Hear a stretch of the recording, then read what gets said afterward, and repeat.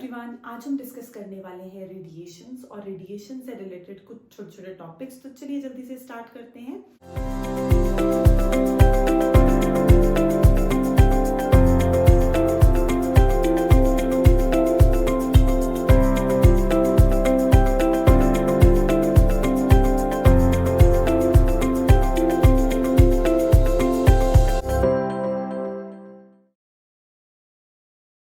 सबसे पहले radiations.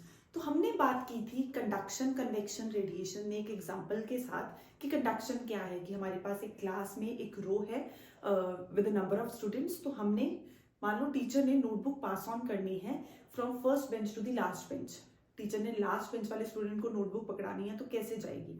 Conduction है, उसने पहले बच्चे को पकड़ाई, वो कॉपी सेकंड वाले को देगा, सेकंड वाला थर्ड वाले को देगा, वो खुद नहीं मूव करेंगे, नोटबुक पास ऑन हो रही है। तो वो थी कंडक्शन, जिसमें हमारे पास एनर्जी ट्रांसफर होती थी from one end to another end, जिसमें मूवमेंट नहीं थी पार्टिकल्स की। कंडक्शन। सेकेंड हमने बोला था convection, with the actual movement of the particles.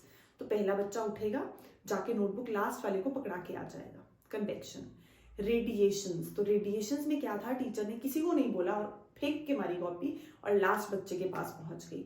तो this is the fastest process और किसी की इन्वॉल्वमेंट नहीं हुई, मीडियम की जरूरत नहीं पड़ी। तो जहां हमें इंटरवीनिंग मीडियम की जरूरत नहीं पड़ती, वो प्रोसेस कौन सी होती है? रेडिएशन। तो कंडक्शन, एनर्जी ट्रांसफर होता है without the movement of the particles, without the actual movement of the particles. Second हमने बोला कन्वेक्शन, पार्टिकल्स मूव कर रहे हैं, मीन्स फर्स्ट जाके सेकेंड लास्ट वाले को नोटबुक पकड़ा रहा है।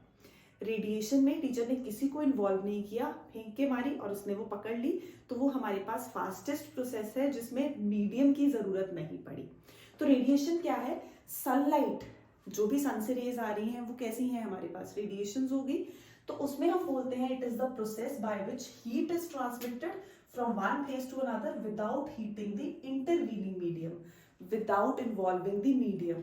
हमें जरूरत नहीं है इसमें मीडियम की, तो वो हमारे पास क्या हो जाएगी? रेडिएशंस हो जाएंगी। अब इसमें हमारे पास एक बहुत इंपॉर्टेंट थ्योरी आती है, प्रीवॉस्ट थ्योरी ऑफ एक्सचेंज, जिसके अकॉर्डिंग जो थ्योरी ऑफ एक्सचेंज है वो ये बोलता है कि हमारे पास अगर कोई भी ऑब्जेक्ट है तो वो ऑब्जेक्ट हर टाइम पे रेडिएशंस एमिट भी कर रहा है और एब्जॉर्ब भी कर रहा है, मींस एक्सचेंज चल रहा है हर टाइम पे। तो हमारे पास अगर कोई एक बॉडी है which is at higher temperature, वो हमने किसी ऐसी जगह प्लेस कर दी जहां पे जो टेम्परेचर है वो कम है, तो उस हायर टेम्परेचर वाली बॉडी से रेडिएशंस निकलेंगी और लोअर टेम्परेचर वाली बॉडी के पास जाएंगी, because heat flows from a body at higher temperature to a body at lower temperature. तो मान लो ये हायर टेम्परेचर पे है, जो आसपास सराउंडिंग्स हैं वो लोअर टेम्परेचर पे है, तो ये ज्यादा से ज्यादा जो रेडिएशंस है वो क्या करेगा? एमिट करेगा। तो यहाँ पे थियरी ऑफ एक्सचेंज में दो बातें की गई, एक होती है एब्जॉर्प्शन, दूसरी है एमिशन। अब डिपेंड करता है कौन कितना एब्जॉर्ब करेगा या एमिट करेगा। अगर हम आग के पास खड़े हैं तो आग का टेम्परेचर, फायर का टेम्परेचर हमसे ज्यादा है, फायर का टेम्परेचर हमसे ज्यादा है, तो हमारी बॉडी जो है वो लोअर टेम्परेचर पे है, तो हम हीट क्या कर रहे हैं? एब्जॉर्ब, मतलब एमिट भी कर रहे हैं, बट उस एब्जॉर्प्शन के कंपैरिजन में एमिशन का जो हमारे पास रेट है वो बहुत कम है। तो फायर से हीट आ रही है, एब्जॉर्प्शन ज्यादा हो रही है। सिमिलरली अगर हम आइस के पास खड़े हो जाएं तो आइस का टेम्परेचर कम है, हमारी बॉडी का टेम्परेचर ज्यादा है, तो हमारी बॉडी क्या करेगी? हीट एमिट करना स्टार्ट करेगी, लूज करना स्टार्ट करेगी from a body at higher temperature to a body at lower temperature. तो मीन्स हीट का एक्सचेंज चलता रहता है। थियरी ऑफ एक्सचेंज ने बोला हमारे पास कि all bodies at temperatures above 0 Kelvin emit heat to the surroundings and gain heat from the surroundings at all times। मतलब हर इंस्टेंट पे एब्जॉर्प्शन और एमिशन की जो प्रोसेस है वो चलती रहती है, और ये कब तक चलेगी? जब तक कि एक डायनामिक इक्विलिब्रियम नहीं आ जाता या कांस्टेंट टेम्परेचर मेंटेन नहीं हो जाता। उस टाइम पे, हाँ, उस टाइम तक हमारे पास ये जो एमिशन और एब्जॉर्प्शन है वो हमारे पास चलती रहेगी।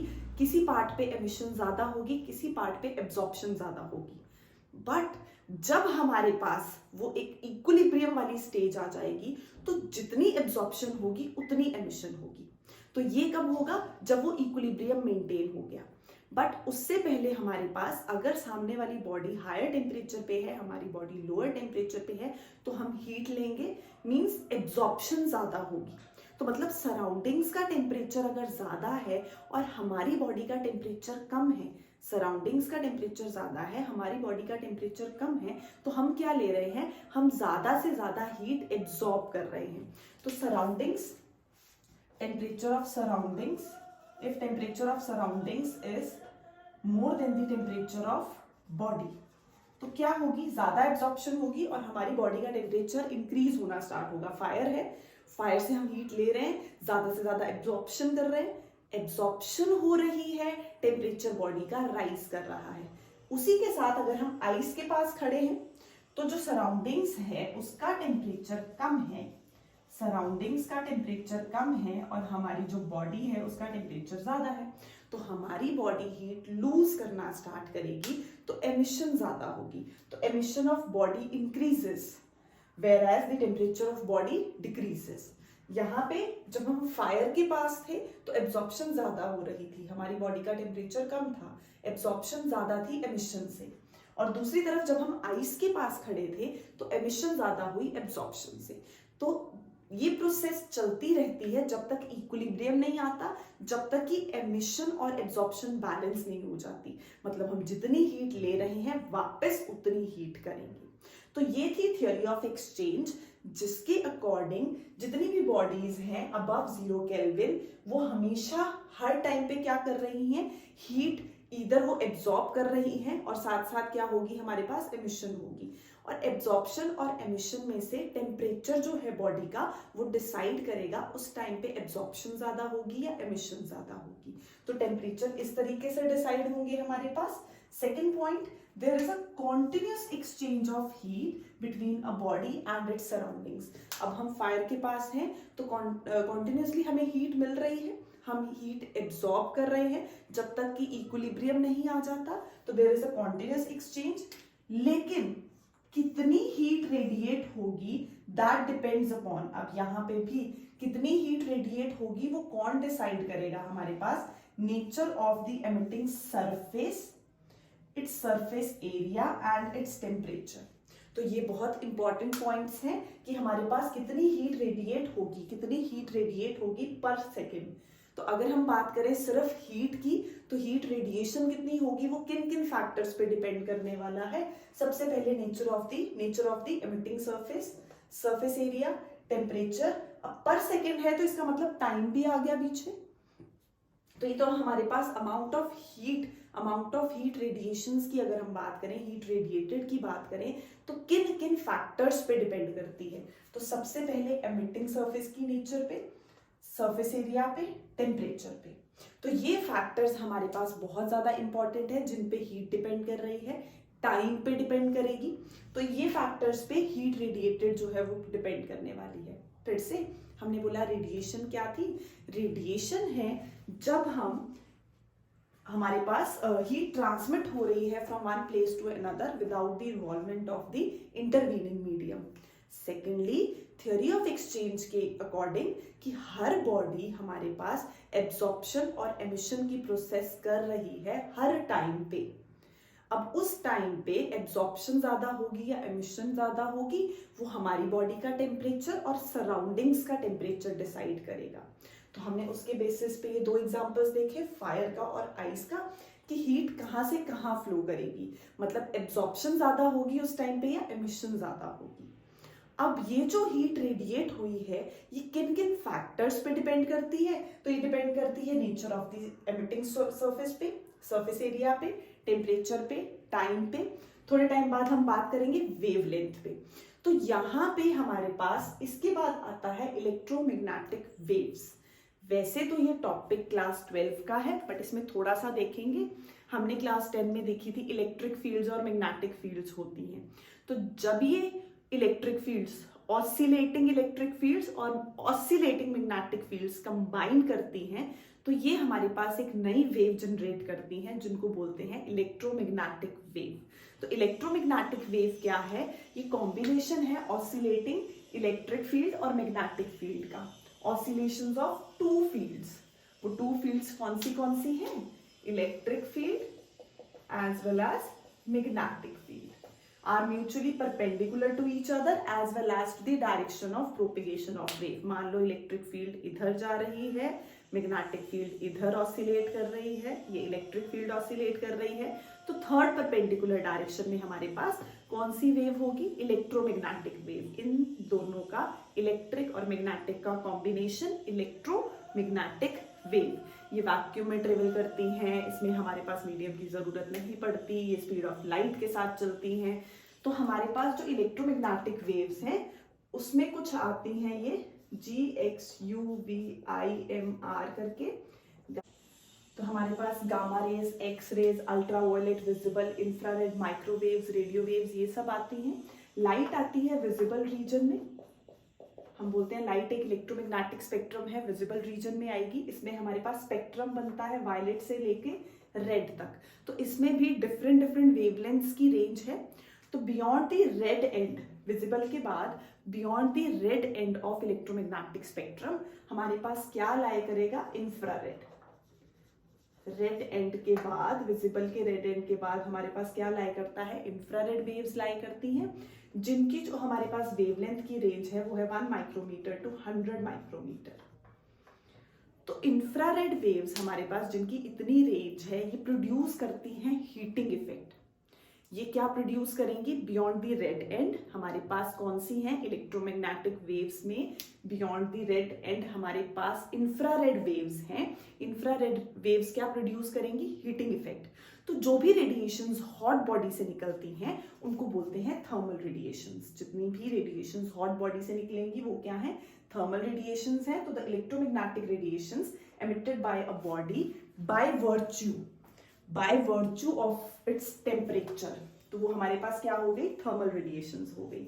तो उसमें एग्जांपल क्या है? हमारे पास रेड हॉट आयरन से जो रेडिएशंस निकलेंगी या जो लैंप की फिलामेंट से निकलेंगी वो कैसी हैं? थर्मल रेडिएशंस हैं। फिर से हमने बोला electromagnetic waves, oscillating electric field, oscillating magnetic field, एक वेव जनरेट करेगी इलेक्ट्रोमैग्नेटिक वेव। कौन सी होती है? ये वाली होती है gamma rays, x rays, ultraviolet, visible, infrared, microwave, radio waves. इनकी डिफरेंट वेवलेंथ्स की रेंज है। लाइट जो हमारे पास विजिबल रीजन में लाई करती है उसमें स्पेक्ट्रम आता है वायलेट टू रेड। तो रेड के बाद हमारे पास आएगी इंफ्रारेड वेव्स। वो इंफ्रारेड वेव्स क्या प्रोड्यूस करेंगी? हीटिंग इफेक्ट प्रोड्यूस करेंगी।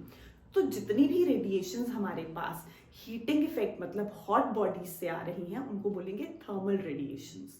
तो फिलामेंट की बात की हमने, लैंप की बात की, उसमें से जो रेडिएशंस निकल रही हैं उनको क्या बोलेंगे? थर्मल रेडिएशंस बोलेंगे। अब मान लो हम एक लेते हैं थर्मल रेडिएशन। थर्मल रेडिएशन हमारे पास टोटल हीट आई, इंसिडेंट हुई किसी सरफेस पे। थर्मल रेडिएशंस को हमने इंसिडेंट करवाया, मान लो किसी सरफेस पे इंसिडेंट करवाया, तो सरफेस में से कुछ हीट जो है वो एब्जॉर्ब कर लेगा, कुछ ट्रांसमिट करेगा, कुछ रिफ्लेक्ट करेगा। तो हमारे पास इतने तरीके से जो वेरिएशंस हो रही हैं, जैसे हम लाइट पढ़ते थे कि लाइट में कुछ रेज जो हैं वो ट्रांसमिट हो जाती हैं, कुछ रिफ्रैक्ट हो जाती हैं, सरफेस एब्जॉर्ब कर रहा है, तो वो बेसिक फिनोमेना हम चेक करते थे। तो यहाँ पे भी अगर हम हीट की बात कर रहे हैं, थर्मल रेडिएशंस की बात कर रहे हैं, वो थर्मल रेडिएशंस को हम किसी सरफेस पे फॉल करवा रहे हैं, तो वो सरफेस हमारे पास डिसाइड करेगा कितनी एब्जॉर्ब होंगी, क्योंकि nature of the surface decide करता है ना, nature of the emitting surface, वो डिसाइड करेगा हमारे पास कितनी एब्जॉर्ब होंगी और हमारे पास कितनी ट्रांसमिट होंगी और कितनी हमारे पास वहां पे एब्जॉर्बटेंस, रिफ्लेक्टेंस, ट्रांसमिटेंस, इसके बेसिस पे हम डिसाइड करते हैं। रिफ्लेक्ट हो रही है, ट्रांसमिट हो रही है, एब्जॉर्ब हो रही है, तो ये हमारे पास थर्मल रेडिएशंस में अगर आपके पास आई मान लो क्यू हीट, उसमें से कुछ रिफ्लेक्ट हो गई, कुछ ट्रांसमिट हो गई, कुछ एब्जॉर्ब हो गई, तो रिफ्लेक्टेड टू टोटल हीट की रेशियो हमें देती है रिफ्लेक्टेंस। सिमिलरली जो ट्रांसमिटेड है, transmitted heat to total heat incident की रेशियो हमें देती है ट्रांसमिटेंस, और एब्जॉर्बटेंस आता है कितनी हीट एब्जॉर्ब हुई divided by total heat incident. तो ये हमारे पास तीन फैक्टर्स हैं, रिफ्लेक्टेंस, ट्रांसमिटेंस एंड एब्जॉर्बटेंस, जिनको तीनों को मिला के हमारे पास क्या बन जाती है, टोटल हीट Q। अगर हम परफेक्ट बॉडी ले रहे हैं, इतनी हमारे पास क्या है, रिफ्लेक्ट हुई, इतनी ट्रांसमिट हुई और इतनी हमारे पास एब्जॉर्ब कर गया सरफेस। तो ये रिफ्लेक्टेंस, ट्रांसमिटेंस, एब्जॉर्बटेंस जो हुई है, ये टोटल हीट में से डिवाइड हुई थी। तो रिफ्लेक्टेंस डिसाइड करेगी reflected heat to total heat. Transmittance कौन डिसाइड करेगा, total transmitted heat to total incident. और एब्जॉर्बटेंस कौन डिसाइड करेगा, total heat absorbed to total heat incident. तो ये जो तीनों क्वांटिटीज है, रिफ्लेक्टेंस, ट्रांसमिटेंस, एब्जॉर्बटेंस, ये हमारे पास किन फैक्टर्स पे डिपेंड करती हैं। रिफ्लेक्टेंस, ट्रांसमिटेंस, एब्जॉर्बटेंस डिपेंड करेगी एक तो same nature of the surface of the body, nature of the surface of the body, और दूसरी हमारे पास हो गई वेवलेंथ। तो एक ही बॉडी में डिफरेंट वेवलेंथ्स पे इन सबकी डिफरेंट वैल्यूज होंगी। मतलब हमारे पास अगर हम बात कर रहे हैं फॉर अ गिवन बॉडी, हमारे पास एक पर्टिकुलर वेवलेंथ पे हम वैल्यू निकाल रहे हैं रिफ्लेक्टेंस, ट्रांसमिटेंस, एब्जॉर्बटेंस की। अब हम वेवलेंथ चेंज करके सेम बॉडी पे ये वैल्यूज दोबारा निकालेंगे, तो जैसे ही वेवलेंथ चेंज हुई वैसे ही इन तीनों की वैल्यूज चेंज हो जाएंगी।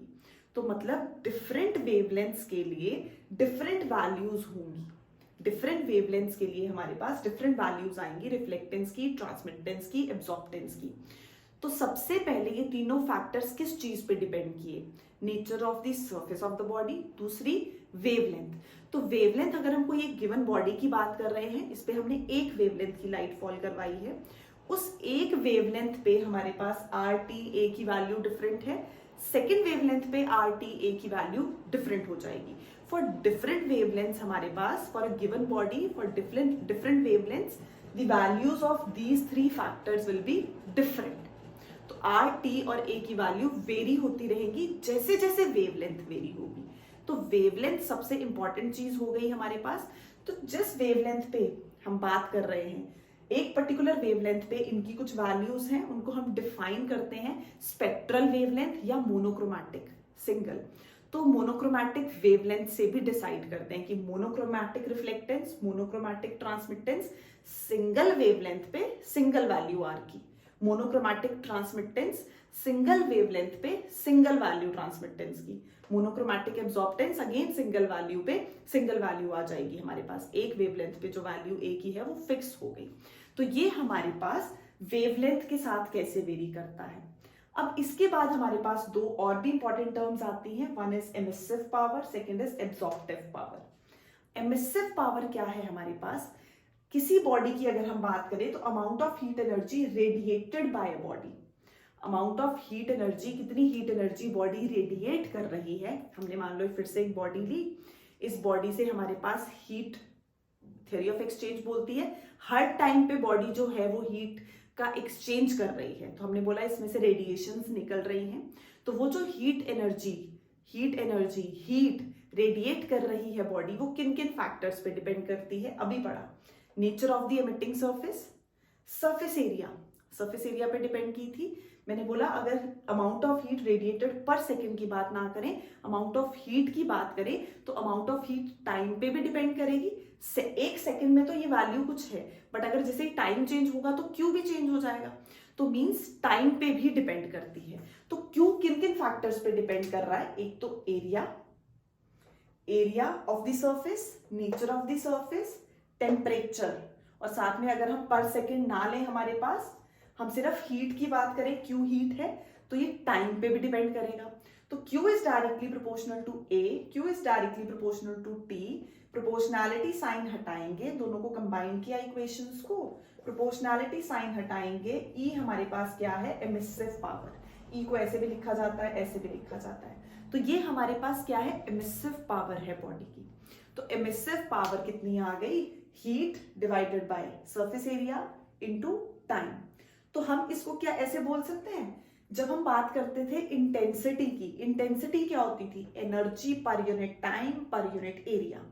इंटेंसिटी का भी सेम फॉर्मूला आता था, energy per unit time per unit area, energy per unit time per unit area.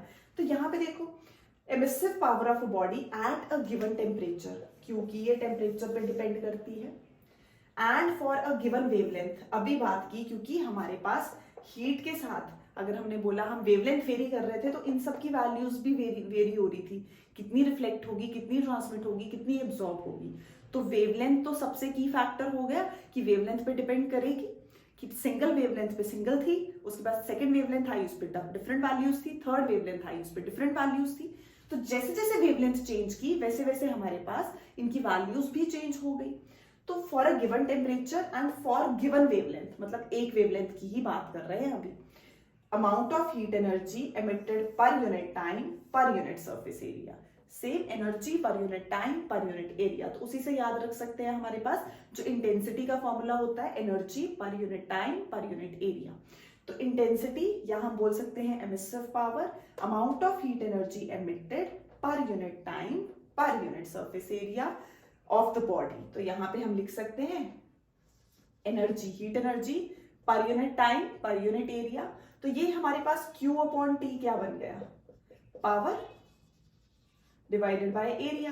तो पावर अपॉन एरिया, तो पावर का unit watt meter inverse square. तो इसका यूनिट क्या आ गया, वॉट मीटर इनवर्स स्क्वायर।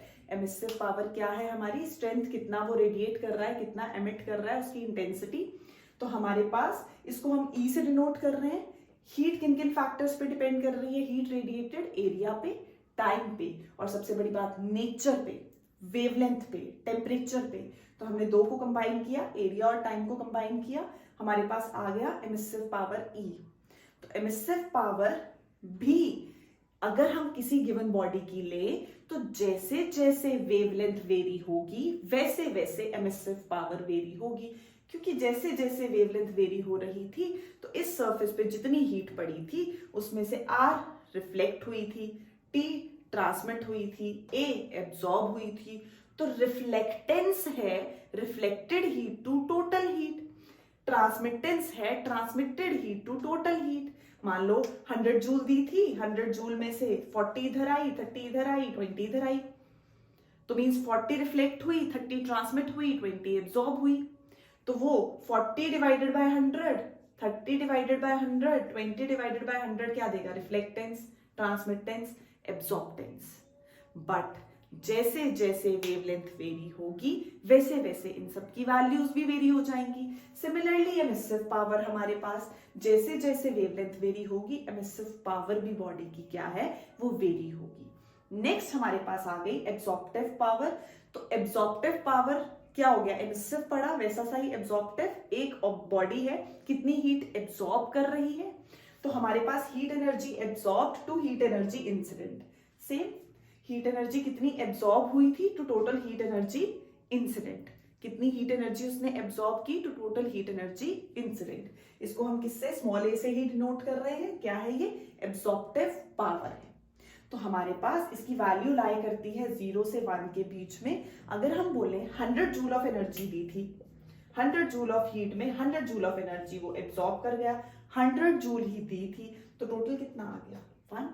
तो परफेक्टली ब्लैक बॉडी को हम बोलते हैं वो क्या है, गुड एब्जॉर्बर माना जाता है।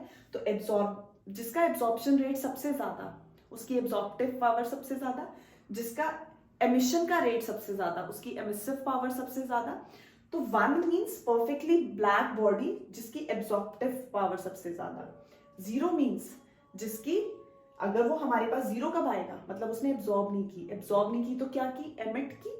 तो मीन्स हमारे पास यहाँ पे परफेक्टली ब्लैक बॉडी के लिए हम बोल सकते हैं वैल्यू कितनी है, 1 है, मतलब उस पे 100 जूल एनर्जी आई थी और उसने 100 की 100 एब्जॉर्ब कर ली, तो इसको गुड एब्जॉर्बर बोला जाता है। तो इसकी वैल्यू कहाँ से कहाँ लाई करती है, 0 से 1।